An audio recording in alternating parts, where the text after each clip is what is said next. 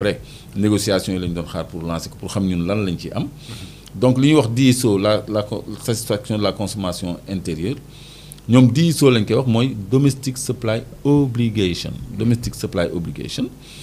donc moom la ñu négocier à 2 gigawatts. et c'est tout bénéf pour le Sénégal. Sénégal day neex. day neex on l'espère vraiment bien et les autorités sont vraiment dans cette dynamique là on s'en réjouit mais Clédor je bëgguma woon dugg ci question internautes yi mais je vois que les internautes nous écoutent très attentivement. moo tax mon téléphone. moo tax ñu am des questions déjà sur le gaz. puisqu'on en est encore sur le gaz. mais ñu répondre d'abord si seen question avant ñuy avancer sur les autres aspects du débat. Papouali nee na Clédor, est-ce que vous pouvez nous dire la teneur en soufre du gaz de GTA en tête de puits avant son traitement par les FPSO? Première question. Je ne peux pas vous dire la teneur en soufre de ce gaz de GTA parce que gaz bi awma résultat wu traitement expérimentaux yi. Je crois qu'on pourra l'avoir d'ici mercredi. Mais c'est du bon gaz. On a fait circuler la rumeur, selon laquelle le gaz est frelaté, il y a un peu d'eau. Mais il y a affaire bandi là, c'est du méthane. Le méthane, c'est du gaz pur, de qualité. Ouais. C'est la meilleure qualité de gaz au monde, c'est le méthane.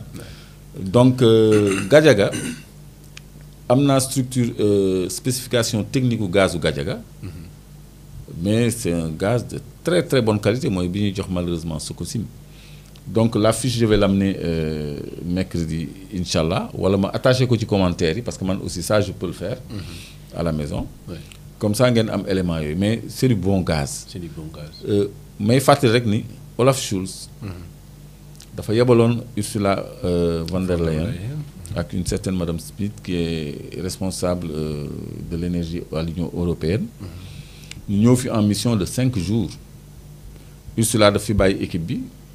ñu liggéey ak Félix Antoine Diome pour xool maa ngi fàttaliku la déclaration de Talla Fall Kane qui disait que enfin le Sénégal va pouvoir approvisionner l'Europe en gaz et je m'étais érigé comme ça parce que man dafa wax enfin le Sénégal va pouvoir être un pays gazier ou producteur de gaz wala mu am une énergie moins chère ak yooyu tout ça mais le premier réflexe c'était alimenter l'Europe en gaz donc gaz bi su baaxul woon du jaral Olaf Scholz nga xam ni musul def le premier ministre allemand le chancelier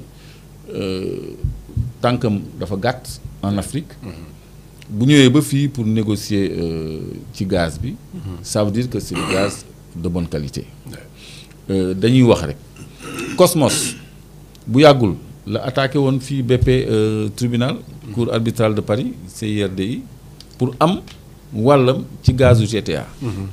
BP gagné ko mais BP lu tax mu signé SPA avant même l'exploitation moom xam na li xew. lan moo tax mu téye exploitation bi ba négocier ak Sénégal ba xam lan lay jox Sénégal ba pare xam na li xew le gaz il est bon. tubaab yi dofuñu du ñu dugg ci lu leen amulul njëriñ. ça c'était que des rumeurs distillées peut-être à dessein.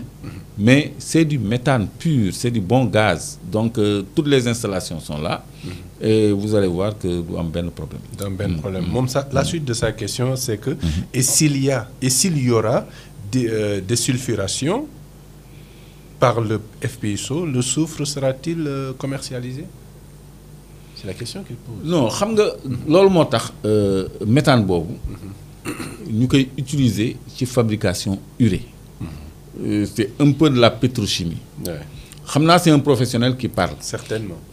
Parce que gaz day am tam ndox mais yooyu yëpp dañ koy isoler moo tax mu am la plateforme de traitement. ba nga xam ne dañuy isoler méthane bi bu ànd ak un faible taux de carbone liquéfier ko en le refroidissant à moins 162 degrés. Et partant comprimer ko de moins 600 fois son volume. Pour mën a jaar dans des canaux de transport et de stockage maanaam soit gazoduc wala ay méthanier mooy bateau yooyu di yeb gaz bi te muy am boule yi donc loolu mooy tankeuru gaz en fait mooy méthanier. Donc le soufre est-ce qu'il est intéressant de le séparer pour le commercialiser? je crois que loolu ci suñu pétrole bi. lay gën a am intérêt ñu def benn complexe pétrochimique boo xam ne. produits dérivés yooyu yëpp dañ ko mën a am. mais fi mu nekk nii ñun on doit faire focus sur le gaz. parce que Gadiaga gazam bi Sococim le consomme bien. moo tax ñuy am ciment donc ñooñu fay ñu Senelec courant. Donc nous, on peut faire la même chose avec notre gaz. C'est ça. Une autre question de Moustapha Gueye. Moustapha Gueye demande si le gaz peut nous permettre d'être souverain en énergie. Pardon? Excuse-moi, Moustapha Gueye. j'étais en train de lire les commentaires. Oui. Excuse-moi. Ouais. Moustapha Gueye, est-ce que le gaz peut nous permettre une souveraineté en énergie? Rien que le gaz, rien que 2 gigawatts, yi ñu négocier avec GTA. Ëpp na suñu consommation actuelle. Bon, cette consommation, elle va augmenter avec le temps. Et je suis heureux d'entendre encore une fois le Premier ministre dire qu'à terme, nous sortons le 10 gigawatts. Donc, prévoir l'augmentation de la demande. Parce que l'industrie, nous sortons encore plus d'énergie pour les industries. Et les ménages vont s'installer dans le confort parce que courant l'accès universel à l'électricité. L'accès universel, non seulement l'accès universel, mais nous avons accès à l'électricité. Ku nek dëkk bu tàng comme Touba, Kaolack, Tamba, Fouta ak yooyu tout ça. Mais boy tal clim dootoo calculer. Tu t'équipes en climatiseur. C'est ça. Liggéey bi gën a metti ci kër yi fóot la. Tu vas t'acheter une machine à laver avec un sèche-linge nga xam ni nawet doo am problème mu foo weer. Tu t'installes dans le confort, tu as des commodités yoo xam ni travail bu pénible bi nga doon am ci kër ga da la koy wàññil yow nga mën a consacrer. Pourquoi pas peut-être à autre chose. Développer l'industrie électroménager au Sénégal, pourquoi pas? Mais les pays du Maghreb, Maroc, Tunisie, Algérie boo fa demee ñoom ñooy defar seen machine à laver ñooy defar seen chauffe-eau ay cathode la rek c'est des technologies simples chauffe-eau. xam nga mais ñaari kudd boo ko daggee dans les prisons là on fait des chauffe-eau ñaari kudd la ñuy jël benn saañu bouteille. def ko ci diggante bi comme isolant jël ñaari fil plus ak moins branché ko à la prise nga dugal ko ci ndox mu baxal ko gars yi dañ ciy togg ay ñebbe sax. donc c'est des technologies simples pour te dire que problème de résistance du compliqué en physique. Pour faire des chauffe-eau par exemple. Surtout qu'on a le soleil, on peut avoir aussi des chauffe-eau solaires, comme c'est une autre technologie. Avec congélateur, frigidaire, téléviseur, yoyu, avec même avec machine à laver. Machine à laver, c'est un tambour qui tourne avec une programmation, une carte. Mais même si vous avez des composantes électroniques, vous pouvez faire le châssis, faire le tambour avec des matériaux. Donc, lolo, à terme, nous pouvons. Parce que l'expertise, c'est ce fi. Am nañu fi pour ben usine bu défar ay piles depuis très longtemps. Amon nañu ay industries fi nekkoon depuis longtemps. Boru Malicounda am na usine bu défar ay batteries. Té batteries yoy té ñun ñu ngi nekk producteur lithium. Est-ce que xam nañu ban matière première la ñuy utiliser pour défar batteries yoy? Mais c'est qu'il y a des batteries au gel aussi, hein, tout n'est pas lithium. Donc à terme, c'est vrai. Sandiara la nek. Sandiara. Oui. Sandiara, voilà. Merci de me rectifier. Sindia ak Sandiara des fois Sandiara. Sandiara kay je sais que c'est Sandiara dama lapsus Sandiara la. C'est ça. Sandiara la ci fi am luuma bi non ak son fameux lycée là bi tew ag. Donc mën na booster la naissance d'un tissu industriel conséquent au Sénégal, une énergie moins chère. C'est ça. Donc, effectivement, si le Premier ministre Khalaté, nous sommes exportateurs de pétrole, parce que nous savons que le gaz, ça nous permet d'être excédentaires, exportateurs d'énergie, d'électricité, là, avec notre quota de GTA, on va déjà être excédentaire en énergie, en électricité. Te Kayar ñëwagul te nee naa la Sangomar c'est plein de promesses parce que ñu bëri xamuñu woon ni am na gaz.